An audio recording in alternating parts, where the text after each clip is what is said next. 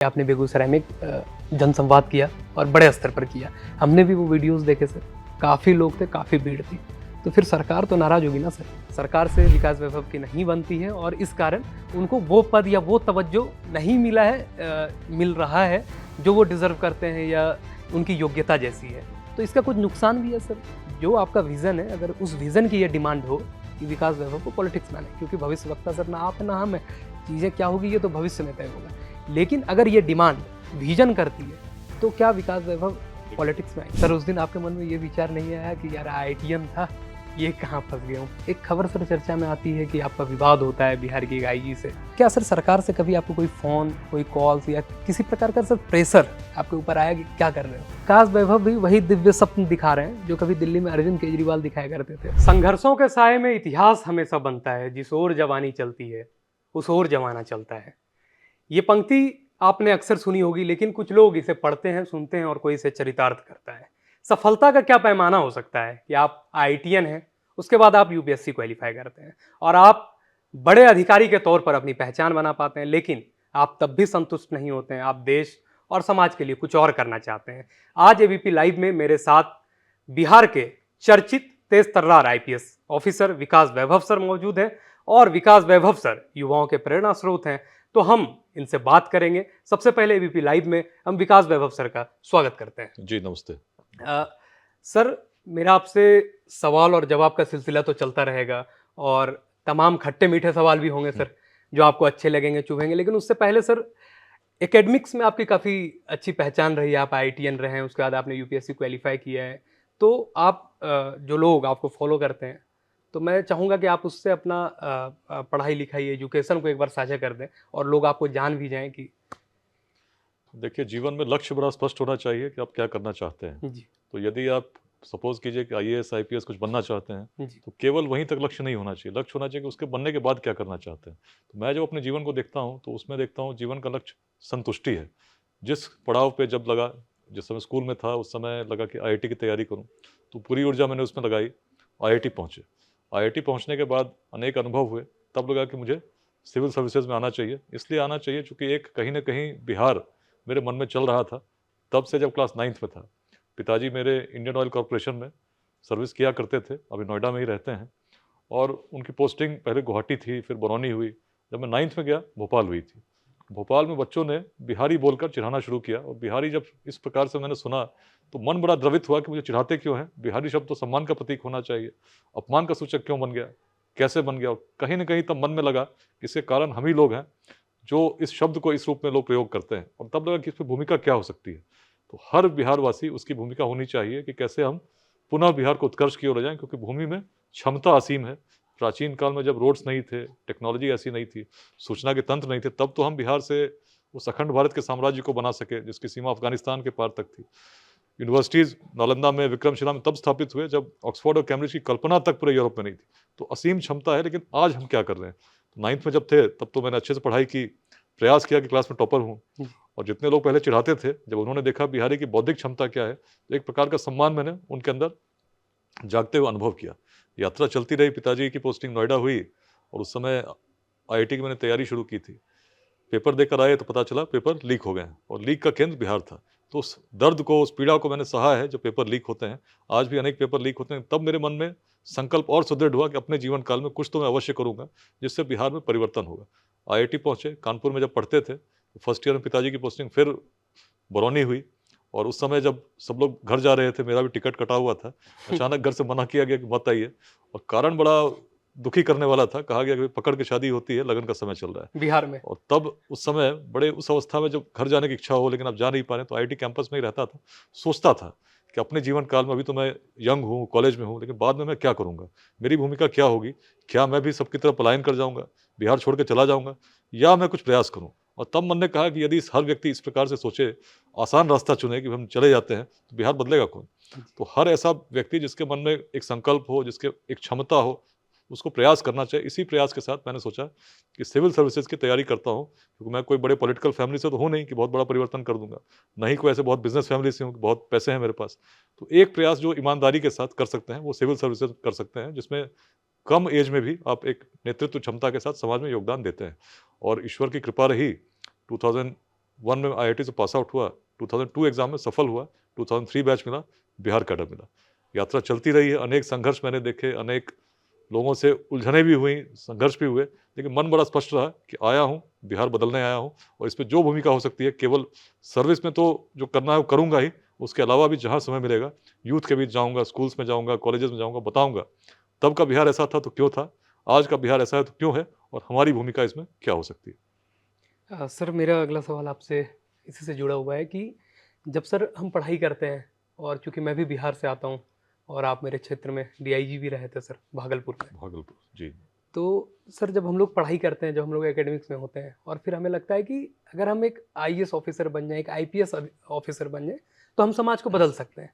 लेकिन आप आईपीएस बने और उसके बाद सर आपको ये ख्याल कब आया कि सिर्फ इस प्रोफेशन से आप एक आईपीएस होकर समाज को नहीं बदल सकते हैं पूर्ण रूप से, और आपने एक नया विजन शुरू किया, तो ये प्रेरणा क्या है? देखिए, पहले तो मैं कहूँगा, अगर सोचते हैं ना आईएएस बने, आईपीएस बने, वो लक्ष्य नहीं है जीवन का। यदि आईएएस आईपीएस बनते हैं और भ्रष्टाचार करते हैं, you engage yourself in corruption, तो आपसे बड़ा राष्ट्र का दुश्मन तो कोई है ही नहीं। बिल्कुल। आप राष्ट्र को उतना बड़ा नुकसान कर रहे हैं, जिस पोजीशन पर आप हैं, आपको ईमानदारी से काम करना चाहिए, लेकिन आप लगे पड़े हैं अपने स्वार्थ की सिद्धि में, तो ऐसे लोग समाज के लिए हितकर नहीं है। तो मैं जब देखता हूँ व्यक्ति कैसा हो सकता है, व्यक्ति समाज को क्या दे सकता है, तो एज अ पुलिस ऑफिसर जो भी मेरे दायित्व रहे, चाहे बगहा में रहा, रोहतास में रहा, एनआईए में रहा, मैंने उसको करने का पूरा प्रयास किया। लेकिन उसके अतिरिक्त भी आप एक सामाजिक प्राणी हैं, आप समाज को देखते हैं, चीज़ों को देखते हैं, तो आपको लगता है चीज़ें बदलनी चाहिए। और समय, या कई लोग आप सोचते हैं कि भाई ऐसा होगा, तब होगा, तो ऐसा करेंगे, तो मैं ऐसा नहीं देखता। जीवन क्षणिक है, कल मैं रहूँ ना रहूँ, तो आज जो मेरे पास समय है, जो भी समय मैं दे सकता हूँ, और मैं चाहता हूँ यदि कुछ परिवर्तन हो, तो हर समय मुझे देने का प्रयास करना चाहिए जो मैं दे सकता हूँ। तो उसी ऊर्जा के साथ जहाँ भी रहा, स्पेशली यूथ के साथ मैं कनेक्टेड रहा। और 2021 के 22 मार्च बिहार दिवस के दिन एक संकल्प, लेट्स इंस्पायर बिहार, इस संदेश को मैंने साझा किया कि ऐसे सभी लोग जिनके हृदय में बिहार बसता है और जो चाहते हैं कि बिहार उत्कर्ष पर स्थापित हो, उनको साथ मिलना चाहिए, कुछ प्रयास करना चाहिए। छोटे छोटे प्रयास जब मिलकर हम करेंगे, शिक्षा, समता, उद्यमिता मंत्रों के साथ, और जो दृष्टि बिहार को कभी आगे ले जा रही थी, उस दृष्टि के साथ, तो निश्चित बिहार बदलेगा। और दृष्टि बड़ी स्पष्ट है, कोई मेरा विचार भी मेरा नहीं है। बिहार के जो पूर्वज थे, उनकी जो दृष्टि थी बड़ी थी, वेदांत की भूमि थी, जिसमें व्यक्ति दूसरे व्यक्ति के प्रति जब देखता है, उसके मन में भाव जगता है कि मुझ में भी पूर्णता है, इनमें भी पूर्णता है, चूंकि ईश्वर का अंश मुझ में भी है, इनमें भी है। और ऐसा व्यक्ति जो इस प्रकार से सोचता, तो एक नई संस्कृति बिहार में विकसित होती है, जिसमें हम कहते हैं तत्त्वमसि, तुम वही हो, अहम ब्रह्मास्मि, मैं वही हूँ। संदेश बड़ा स्पष्ट है कि हम ईश्वर के उस अंश को अपने अंदर अनुभव कर रहे हैं। और जब जिस व्यक्ति में, संस्कृति में ऐसा अनुभव आ जाए, तो ऐसी संस्कृति हर भेद से परे सोचने लगती है। तो इसलिए आप देखिए, बिहार को यदि हम देखते हैं, तो जातियां बिहार में सदैव रहीं, लेकिन जातिवाद जिस प्रकार का आज जिस संघर्ष में हम उलझते बिहार को पाते हैं, तब रहा होता तो मगध में नंद वंश का उदय कभी नहीं होता। सबसे निम्न वर्ग के व्यक्ति शासक हुए, ऐसी अवधारणा देने वाली भूमि कौन थी? बिहार थी। कोई व्यक्ति शासक हो सकता है, ऐसी अवधारणा वैशाली में मिली, जो पूरे उत्तर बिहार के उस वज्जी महाजनपद की राजधानी थी। यदि अवधारणा को देखें, तो चाणक्य को देखिए, चंद्रगुप्त की जाति नहीं देखते, सामर्थ्य को देखते हैं और चलते हैं। तो सामर्थ्य के पुजारी हम थे, इसीलिए हम आगे बढ़े, इसीलिए अफगानिस्तान के पार तक व्यक्ति को व्यक्ति से जोड़ सके। और आज भी यदि हम समस्याओं का समाधान चाहते हैं, संकल्प यही है। 2047 एक निर्णायक वर्ष है, भारत की स्वतंत्रता के 100 वर्ष हो जाते हैं, और भारत विकसित हो, ऐसा संकल्प हम सभी ने लिया है। लेकिन भारत यदि विकसित होना है, तो बिहार यदि विकसित न हो तो कैसे होगा? तो सबसे एक पिछड़ा क्षेत्र, उसमें यदि हर व्यक्ति को हम शिक्षा के लिए, रोजगार के लिए बिहार से बाहर जाने की आवश्यकता नहीं हो, ऐसे प्रयत्न मिलकर करेंगे, निश्चित हम कर सकते हैं। क्योंकि ऊर्जा, क्षमता आज भी वही है जो हमारे पूर्वजों की थी। दृष्टि थोड़ी बदल गई है। दृष्टि, जो ऊर्जा ईश्वर ने असीम दी है, उसको हम संघर्षों में व्यर्थ करते हैं। और इस भाव को जब युवा पीढ़ी के साथ मैं साझा कर रहा हूँ, करता रहा हूँ, तो मैं पा रहा हूँ युवाओं में एक बड़ा उत्साह है, बड़ा जोश है, और एक परिवर्तन की चाहत है कि चीज़ें बदलें। क्योंकि जो संघर्ष हमने देखा है, उससे हम बियॉन्ड जाना चाहते हैं। हर व्यक्ति, किसी भी जाति का हो, किसी भी संप्रदाय को, विकास चाहता है। वो चाहता है कि भाई विकसित हूँ, अपने जीवन में अपने लक्ष्य को प्राप्त कर सकूँ। उसको जब हम इस प्रकार के स्वार्थी तत्व दिखते हैं, जो कहते हैं नहीं तुम संघर्ष करो, तो ऐसे लोगों से विमुख सा होता जा रहा है। और यही नतीजा है जिसमें लेट्स इंस्पायर बिहार में आज 76,000 से अधिक वॉलंटियर्स जुड़े हैं, जो बिहार को कुछ देने का प्रयास कर रहे हैं। 1000 से अधिक कार्यक्रम हम लोगों ने किए, और उसके बाद एक नई श्रृंखला नमस्ते बिहार, बेगूसराय की भूमि से, राष्ट्रकवि दिनकर की भूमि से हम लोगों ने प्रारंभ किया है, जिसमें 50,000 से अधिक लोग सम्मिलित हुए, इस संकल्प के साथ कि हम बिहार को परिवर्तित करेंगे, बिहार की गरिमा को पुनः स्थापित करेंगे। और श्रृंखला चलेगी आगे। आरंभिक कार्यक्रम 21 जनवरी 2024 में है। अभी दिल्ली में मैं हूँ, तो दिल्ली में एक कार्यक्रम हम लोग कल करने जा रहे हैं, बिहार एट 2047 विजन कॉन्फ्रेंस में। बिहार के जितने भी ऐसे बुद्धिजीवी हैं, इंटेलेक्चुअल्स हैं, जो थिंकर्स हैं, जो पॉलिसी मेकर्स हैं, इनको हम लोग आमंत्रित करें एक मंच पर, कह रहे हैं एक रोड मैप हम बनाएं कि सामाजिक भूमिका क्या हो सकती है जिससे बिहार 2047 तक विकसित हो जाए। शिक्षा रोजगार के लिए बाहर जाने की आवश्यकता नहीं। सर आपने जो बातें कही इसी से 2-3 सवाल मेरे जहन में आया। एक तो सर ये है कि आपने कहा कि जो प्राचीन बिहार था वो जाति से परे योग्यता को तवज्जो देता था। लेकिन आज की जब आप राजनीतिक गतिविधि को देखें और खासकर चूंकि आप बिहार के में अधिकारी हैं और एक जाति जनगणना की मांग सर उसी बिहार से बहुत तेजी से उठ रही है। तो हम जानना चाहते हैं कि एक विकास वैभव इस पर क्या सोच रखते हैं, जातिगत जनगणना पर नहीं, क्या होना चाहिए, नहीं होना चाहिए? नहीं, जातिगत जनगणना तो हो चुकी है और जिस कारण इसके से आप हुई है, फेवर में है नहीं या नहीं? बिल्कुल, तो जिस कारण से उसमें बताया गया कि हर जाति का उत्कर्ष हो, इस रूप में जनगणना की गई, कितनी संख्या है, कैसी उसकी इकोनॉमिक स्थिति है, उस पर हम लोग बात कर रहे हैं। तो केवल जातिगत जनगणना, इनमें तो हर प्रयास चाहता हूँ कि हो जिससे कि उत्कर्ष प्राप्त हो। तो इसके लिए समाज के हर व्यक्ति को जानना होगा और हर जाति हर संप्रदाय के व्यक्ति को जोड़ना होगा और मिलकर हम संघर्षों को मिटाकर आगे बढ़ें। तो जातियाँ तब भी थी लेकिन जातिवाद नहीं था। जातिवाद से परे होना होगा और मिलकर प्रयास करना होगा शिक्षा के विकास के लिए। शिक्षा केवल डिग्रीज के लिए नहीं, स्किल्स के लिए, जिसमें हम ज्ञान प्राप्त करेंगे तो हम निश्चित जो व्यक्ति स्किल्ड होगा, गुणवान होगा, रोजगार का सृजन भी कर लेगा। उद्यमिता का विकास, जिसमें केवल हम सरकारी नौकरी तक या किसी नौकरी तक नहीं सोचें, we try to become job creators. ऐसे लोग कैसे बन सकें, इसके लिए हमको यूथ को प्रेरित भी करना होगा, मार्गदर्शित भी करना होगा। तो लेट्स इंस्पायर बिहार एक सामाजिक अभियान है जिसमें हम लोग ऐसा करने का प्रयास कर रहे हैं। अनेक जिलों में free medical camps, free education, अनेक जिलों में महिलाएं गार्गी चैप्टर्स में पाठशालाएं चला रही जिसमें स्लम्स के बच्चे पढ़ते हैं। तो अनेक ऐसे प्रयास चल रहे हैं जिसको और गति देने की आवश्यकता है, बड़ी संख्या में करने की सर आवश्यकता लेकिन सवाल ये है कि जब आप, जैसा आपने अभी बताया कि आपने बेगूसराय में एक जनसंवाद किया और बड़े स्तर पर किया, हमने भी वो वीडियोस देखे सर, काफ़ी लोग थे, काफ़ी भीड़ थी। तो फिर सरकार तो नाराज होगी ना सर, देखिए मेरा तो क्योंकि एक अधिकारी का काम सर रैली करना अगर है तो सरकार को तो इफेक्ट होगा सर। नहीं, इसमें इफेक्ट तो हम तो सृजन का काम कर रहे हैं, लोगों को जोड़ने का और काम सर कर रहे क्योंकि हैं। मैं बताया कि मैं और बिहार से हूँ और मैं लोगों से आपके बारे में बात नहीं, करता हूँ, इसमें स्पीच तो देखिए ये स्पष्ट, चीज़ें सर आती है कि भाई इसी बात को लेकर सरकार से विकास वैभव की नहीं बनती है और इस कारण उनको वो पद या वो तवज्जो नहीं मिल रहा है जो वो डिजर्व करते हैं या उनकी योग्यता जैसी है। नहीं, तो इसका कुछ नुकसान भी है सर कि नहीं आप देखिए, ये मैं ऐसा चीज़ें नहीं कर रहे हैं? मानता, मैं ऐसा नहीं मानता। मैं बिहार की दृष्टि को लेकर चल रहा हूँ और बिहार की दृष्टि हर व्यक्ति में पूर्णत्व देखती है, ईश्वर का अंश देखती है, जिसकी क्षमता असीम है। तो मैं क्षमताओं को सीमित क्यों सोचूं? यदि आचार्य चाणक्य सोचते कि वे शिक्षक हैं और विद्यार्थियों को पढ़ाना उनका केवल दायित्व है, तो क्या अखंड भारत का साम्राज्य बनता है?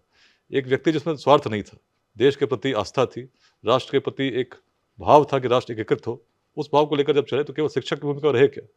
एक सृजनकर्ता की भूमिका में आ गए। हर व्यक्ति में असीम क्षमता, इसी क्षमता को तो मैं जगाने का प्रयास कर रहा हूँ। और कोई रैली नहीं की है मैंने, जनसंवाद किया है। और जनसंवाद इस रूप में किया कि अभी तक जो कार्यक्रम किया हम लोगों ने सभागारों में किए। लेकिन हमारा उद्देश्य तब पूर्ण होगा यदि हम 2047 तक विकसित बिहार चाहते हैं, जब हर गाँव के हर जन तक हम जाएँ और बताएं कि बिहार तब था तो कारण क्या थी, दृष्टि क्या थी, अब यदि करना है तो दृष्टि क्या होनी चाहिए, और इसके हर अंतिम व्यक्ति तक पहुंचना परम आवश्यक है। इसी उद्देश्य के साथ हम लोग नई श्रृंखला प्रारंभ की है, जनसंवाद की, बृहद जनसंवाद, जिसमें कि संवाद तो पहले भी करते रहे लेकिन उसमें सीमा न हो कितने लोग आ सकते हैं। और बड़ी प्रसन्नता तब हुई जब राष्ट्रकवि दिनकर की भूमि पर 50,000 से अधिक लोग आए और उन्होंने संकल्प लिया कि हम अपने जीवन काल में बिहार को बदलते देखना चाहते हैं, हम योगदान करेंगे। और ऐसे ही जाति, संप्रदाय, लिंग भेद, विचारधाराओं के मतभेद से ऊपर उठकर जब बिहार के लोग, और ये हर नागरिक की फंडामेंटल ड्यूटी है, अपना राष्ट्र कैसे आगे बढ़े उसको प्रयास करना चाहिए। और ये राजनीतिक प्रयास नहीं है, एक सामाजिक प्रयास है, राजनीति से बड़ा प्रयास है। कोई समाज की दृष्टि जब बदलेगी, और इसका आधार मैं नहीं हूँ, इसका आधार हमारी बिहार की दृष्टि है। और यदि मैं कर रहा हूँ कुछ अलग कर रहा हूँ तो आप देखेंगे उसमें भी कोई मतभेद नहीं है। बिहार में ऐसे अनेक व्यक्ति हुए जिन्होंने कुछ बड़ा करने का प्रयास किया, बड़ा किया। और सबसे जीवंत उदाहरण तो आचार्य चाणक्य है। एक साधारण व्यक्ति की क्षमता क्या हो सकती है, हो सकता है संघर्ष उन्हें भी करना पड़ा हो, लेकिन उद्देश्य क्या था, अपने लिए नहीं था, राष्ट्र के लिए था, सफल हुए। तो ऐसे ही मैं देखता हूँ जिस उद्देश्य को लेकर मैं चल रहा हूँ, लोग जुड़ रहे हैं, निस्वार्थ भाव के साथ जुड़ रहे हैं। तो आने वाले समय में निश्चित आप देखेंगे सभी लोग गौरवान्वित होंगे। एक ऐसा अभियान चला था जिसने बिहार को गति दी और बिहार को इस उत्कर्ष पर तब स्थापित किया जब हम छोटे छोटे मतभेदों से, लघुवादों से ऊपर सोचने लगे, बिहार के हित में सोचने लगे, राष्ट्र के हित में सोचने लगे। सर आपसे मैं एक और सवाल ये कर लूँ कि जो आपका विजन है, बिहार में बदलाव, बिहार को बदलना, बिहार को तरक्की कराना, रोजगार देना, ये सारी चीज़ें, अगर ये चीज़ें इस बात को रिक्वायर करे कि विकास वैभव को पॉलिटिक्स में आना है, जो आपका विज़न है, अगर उस विज़न की ये डिमांड हो कि विकास वैभव को पॉलिटिक्स में आना है, क्योंकि भविष्य वक्ता सर ना आप है ना हम है, चीज़ें क्या होगी ये तो भविष्य में तय होगा, लेकिन अगर ये डिमांड विजन करती है तो क्या विकास वैभव देखिए पॉलिटिक्स में आएंगे? देखो, दो बातें मैं कहूँगा। एक तो यदि मेरे लिए पूछा जाए मेरी भावना क्या है, तन समर्पित, मन समर्पित और ये जीवन समर्पित। चाहता हूँ देश की धरती तुझे कुछ और भी दूँ। तो हर प्रकार के प्रयास करने के लिए सदैव तत्पर रहा हूँ, चाहे किसी भूमिका में रहा हूँ, करता रहा हूँ, आगे भी करता रहूँगा। पॉलिटिक्स की जहाँ तक आपने बात की, तो पॉलिटिक्स में अच्छे लोगों को आना चाहिए, ईमानदार लोगों को आना चाहिए, बिल्कुल। निस्वार्थ लोगों को आना चाहिए। ऐसे लोग जिनके मन में राष्ट्र बसता हो, राष्ट्र को उत्कर्ष देखना चाहते हो, विजन बड़ी हो, ऐसे लोग जब आएंगे निश्चित बड़ा परिवर्तन होगा। लेकिन जब बिहार को मैं देखता हूँ, उस रूप में देखता हूँ, तो मुझे लगता है ऐसे लोग आते भी हैं तो भी जब तक समाज में परिवर्तन नहीं होता तो बड़ा परिवर्तन संभव नहीं है। तो इसीलिए समाज में परिवर्तन के लिए एक सामाजिक अभियान में चला रहा हूँ, जिसमें हर व्यक्ति को उसी बात का अनुभव करा रहा हूँ कि बिहार तब था तो क्यों था और आज हमें क्या करना चाहिए। और ये जब सफल होगा तभी राजनीतिक प्रयास भी सफल हो सकते हैं। और इसीलिए एक बड़ा उद्देश्य है जो राजनीति से बड़ा है। इसलिए अभी तो मैं इतना ही कह सकता हूँ कि एक बड़ा प्रयास जब तक सफल नहीं होता तो केवल राजनीतिक प्रयासों से जो लक्ष्य हमारा है कि बिहार 2047 तक विकसित हो जाए, संभव नहीं। इसमें हर व्यक्ति का सहयोग चाहिए, समर्थन चाहिए, तभी हम ऐसा कर सकेंगे। ठीक है। सर, ये आप बिहार में अधिकारी रहे हैं, अनेक जगहों पर आपने सर्विस दिया है, तो सर कुछ कहानियाँ जो हम सुनते हैं, हम खबरों में पढ़ते हैं, और मैं चाहता हूँ कि आप लोगों को भी बताएं। सर, आपके रीजन में डाकुओं के एक बड़े समूह ने जो है समर्पण किया था, तो ये कहानी क्या है सर? देखिए, आप तो भागलपुर से रहे हैं। भागलपुर जी। में मेरी ट्रेनिंग भी हुई। भागलपुर में एएसपी रहा, बाद में डीआईजी करीब पौने 3 साल रहा। तो आपने भागलपुर में देखा होगा, मेरे द्वार हमेशा खुले रहे हैं। बिल्कुल। जब भी जहाँ रहा हूँ बिल्कुल कोई ईगो नहीं। वैसे उस रूप में डीआईजी के रूप में मैंने प्रयास किया कि हर व्यक्ति की समस्या को सुनूँ, जो समाधान मैं कर सकता हूँ उसको करूँ। और यही कारण है कि भागलपुर में करीब पौने 3 साल में 90,000 से अधिक लोग रिकॉर्डेड हैं जो प्रतिदिन मुझसे मिल चुके हैं। तो आप समझ सकते हैं किस व्यापक रूप से मिलता रहा हूँ। और यही संवाद चाहे बगहा में रहा, चाहे रोहतास में रहा, आम लोगों के साथ मैं करता रहा, उसी रूप में जुड़ा रहा। तो बगहा की जो बात आप कर रहे हैं, डाकुओं का समर्पण, वो भी इसी का नतीजा था। क्योंकि बगहा जब मैं पहुंचा था उस समय स्थिति बड़ी विकट थी, क्राइम पीक पर था। और क्राइम पीक उस समय नहीं था, लंबे समय से चल रहा था।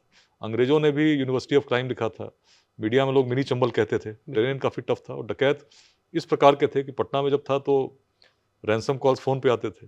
बगहा में इतनी हिम्मत थी कि कोई व्यक्ति आराम से चिट्ठी लेकर आता था, घर पे दे जाता था। उसमें लिस्ट लगी रहती थी कितनी चीज़ें देनी है, चांद मार्का की लुंगी कितनी देनी है, पैसे कितने देने हैं। और नीचे लिखा रहता था जय माँ दुर्गे, बिहार सरकार, उसके नीचे गैंग का नाम। उसके नीचे लिखा रहता था नोट, इंस्टॉलमेंट में भी पेमेंट की सुविधा है। तो इतने व्यवस्थित अपराध को जब नियंत्रित करने का मैंने प्रयास किया तो आसान नहीं था। लेकिन पहला काम हम लोगों ने ये किया, आर्थिक रीढ़ पर हमला किया। जो गन्ना लगता था, अवैध गन्ना, उसको कटवाया। संभव तभी हो पाया जब हम लोगों ने संवाद किया, लोगों से जुड़े। लोगों की सोच बड़ी अजीब थी। लोग उसको जस्टिफाई करते थे कि महर्षि वाल्मीकि की भूमि है, तब से अपराध चल रहा है। याद कीजिए कब से महर्षि वाल्मीकि क्या थे। तो इस बात को जब हम लोगों ने परिवारों से बात की, हमने कहा रत्नाकर यदि रत्नाकर ही रहे होते तो विश्व किस वाल्मीकि को जानता। मन से जुड़े, शुद्ध भाव से जुड़े। हमने कहा कि चंपारण परिवर्तन की भूमि है। कभी याद करो महात्मा गांधी भी यहीं से महात्मा बने, कभी याद करो तो भगवान बुद्ध भी जब चले तो अपने राजसी वस्त्रों का त्याग उन्होंने इसी चंपारण की भूमि पर किया। तो भूमि का संदेश परिवर्तन है। और जब भी कोई बड़ा परिवर्तन हुआ है, चंपारण से निश्चित प्रारंभ हुआ है। बड़ी भूमिका चंपारण की रही है। इस भाव को यदि आप ग्रहण करते हो, आप उसी भूमि के वंशज हो, और बिहार में यदि बड़ा परिवर्तन हम देखना चाहते हैं तो क्या चंपारण साथ नहीं देगा। और तब डकैतों के मन में भी इस प्रकार का भाव जगा। जो एक मन की बात थी उसने इस प्रकार से प्रभावित किया कि लोगों ने समर्पण करना शुरू कर दिया। श्रृंखला बनी, 26 बड़े डकैतों ने सरेंडर किया।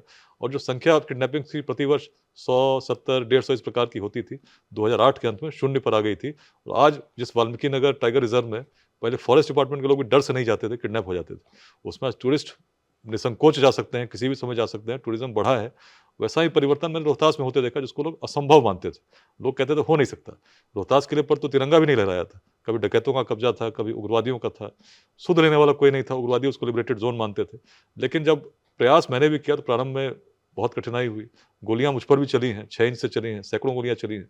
लेकिन मन में संकल्प और सुदृढ़ होता गया कि बिहार आया हूं तो परिवर्तन करने आया हूं। ईश्वर ने ही मुझे निमित्त यदि बनाया होगा तो निश्चित मैं सफल सर, रहूंगा। उस दिन आपके मन में ये विचार नहीं आया कि यार आईआईटीएन था, ये कहाँ फंस गया हूँ? ये विचार तो आईआईटी में ही छोड़ चुके थे। अब आए हैं, जब होता है ना कि जब उखल में सर डाला तो मुसल से क्या डरना। तो जो है तो हर परिस्थिति से आपको जूझना होगा। जी। और मन में ऐसा ही संकल्प होता है जो परिवर्तन करता है। रोहतास में भी ऐसा ही था। यदि डर से नहीं जाते तो कहाँ बदलता।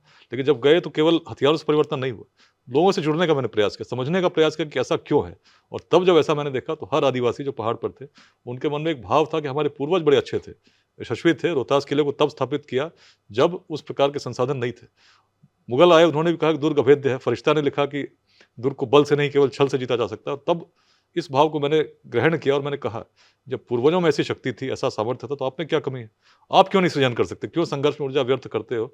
और तब दृष्टि को बदलने के लिए हम लोग ने ऐसा प्रयास किया जिसको देखकर उस समय लोग हँसते थे। रोहतास जिले में जीटी रोड पर सासाराम, डेहरी ऑन सोन बड़े-बड़े होर्डिंग्स लगे कि रोहतास पुलिस रोहतास किले पर आपका स्वागत करती है। अब समझिए जिस किले पर कोई जाता हो और गोलियों के डर से नहीं जाए, उस पे हम स्वागत कर रहे हो।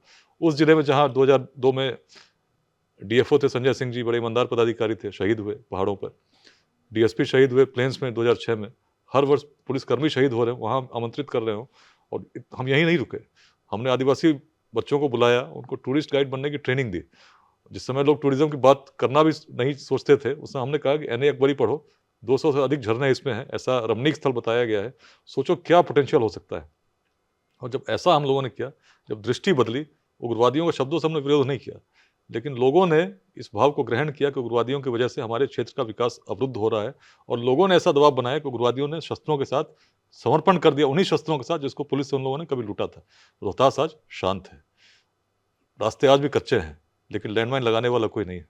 2021 के दिसंबर में जब मैं गया था तो 70 किलोमीटर तक लोग पुष्पगुच्छों के साथ, फूल मालाओं के साथ, वाद्य यंत्रों के साथ स्वागत कर रहे थे। और किले पर जब गए तो आदिवासी लड़कियां नृत्य करके ले जा रही थी, लड़के ढोल बजा रहे थे।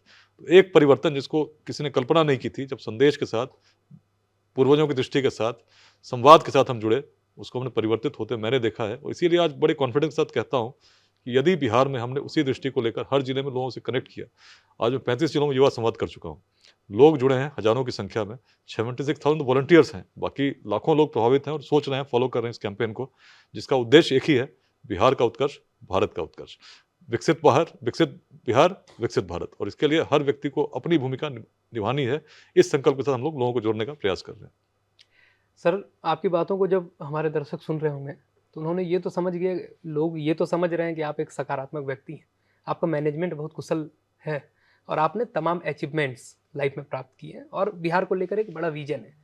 जब सर व्यक्ति इतना पॉजिटिव हो और फिर एक खबर सर चर्चा में आती है कि आपका विवाद होता है बिहार की एक आईजी से, और फिर आप ट्वीट करते हैं, आप सोशल मीडिया साइट्स पर उन बातों को लिखते हैं, वो ये सर एक, अगर आपके मैनेजमेंट या आपके धैर्य या जो विजन आपका है सर, उसके हिसाब से एक अधिकारी विचलित हो गया, इसको इसी शब्द में नहीं, कहा जा निश्चित सकता है, ऐसे ये ही, प्रकरण देखिए क्या मैं है? बड़ा पॉजिटिव हूँ, विवादों से दूर रहता हूँ, जी पूरी ऊर्जा लगाता हूँ अपने कार्य में, जहाँ भी रहा वही, जहाँ भी रहा उसके रिजल्ट्स वैसे ही आए, और हमेशा लगाता रहूँ। ऐसे में कभी कभी ऐसा होता है कि कुछ परिस्थितियाँ विपरीत होती हैं, आप भी विचलित होते हैं, क्षणिक रूप के लिए होते हैं। तो कुछ वैसा ही मैं कहूँगा हुआ, और उसके बाद अनेक स्पष्टीकरण भी पूछे कि क्यों ऐसा हुआ, तो उसका भी मैंने उत्तर दिया, सरकार संतुष्ट हुई, उसके बाद मेरी पोस्टिंग कहीं और हुई है। और मैं यही कहना चाहता हूँ, मेरा किसी से कोई विरोध नहीं है, कोई विवाद नहीं है। मैं तो उस रूप में देखता हूँ कि एक साधारण व्यक्ति हूँ, एक शुद्ध आत्मा का निमित्त हूँ, जो बिहार के लिए, अपने राष्ट्र के लिए कुछ करना चाहता हूँ, और वही कर रहा हूँ। इसमें मैं चाहूँगा कि ऐसे विवाद आगे भी ना हो, इस ऊर्जा को पॉजिटिव तरीके से उपयोग करता रहूँ।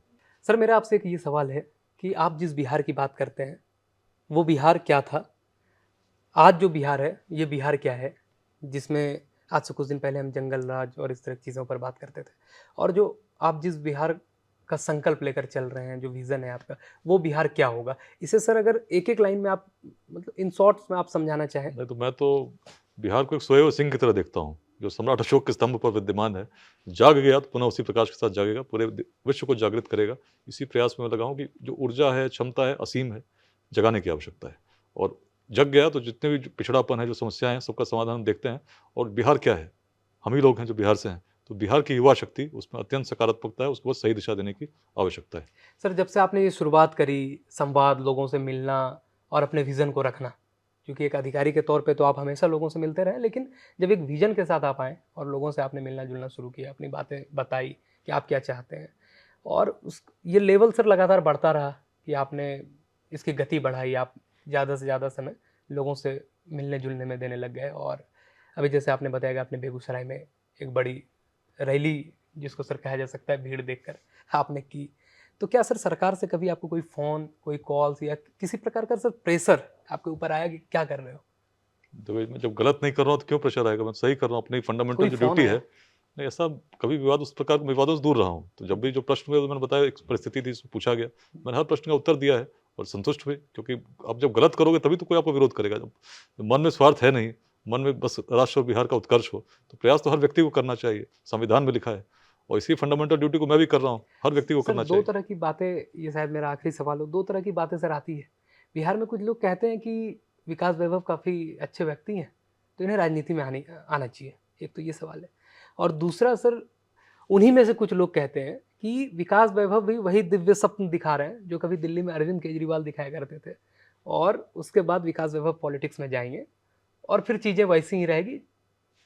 देखिए, ऐसा अगर होता तो इतने जिलों में मुझे संवाद करने की क्या आवश्यकता, मन में विचार बड़ा शुद्ध है। ये जहाँ सब तक पॉलिटिक्स की बात, लोगों के नहीं, बीच चर्चा है, इसलिए मैं आपसे मैं तो बड़ी पूछता हूँ। स्पष्टता के साथ कह रहा हूँ, अच्छे लोगों को पॉलिटिक्स में आना चाहिए, आने का प्रयास भी करना चाहिए। मैंने अपना विजन बताया कि केवल पॉलिटिक्स से बिहार में बदलाव नहीं होगा, इसीलिए एक बड़े अभियान को लेकर चल रहा हूँ। और मैं कब क्या होगा, तब क्या होगा, इसमें अनिश्चित में क्यों जाऊँ? अभी मैं क्या कर सकता हूँ, आप क्या कर सकते हैं, इसके लिए प्रयास क्यों ना करूँ? मैं तो इसी प्रयास में हूँ कि तत्काल में जो कर सकता हूँ, उसमें अपनी पूरी ऊर्जा दूँ, कर सकूँ। भविष्य क्या होगा, क्या नहीं होगा, भविष्य किसने देखा है? लेकिन प्रयास यदि ईमानदारी के साथ हो, निस्वार्थ भाव के साथ हो, निश्चित एक बड़ा परिवर्तन निश्चित होगा, ये मैं अवश्य कहना चाहता हूँ। बहुत बहुत शुक्रिया सर, एबीपी लाइव से आपने बातचीत की, अपना वक्त दिया और आपने अपने विज़न को बहुत ही स्पष्ट तरीके से बताया। हमने सर आपसे तमाम वो सवाल पूछे, चाहे वो राजनीति के हो, चाहे वो आपके सोशल वर्क के हो, या एक ऑफिसर रहते हुए आपके उत्तरदायित्व के हो। आपने सभी सवालों का बेबाकी से जवाब दिया है, इसके लिए आपका बहुत बहुत शुक्रिया सर। जी, धन्यवाद। धन्यवाद।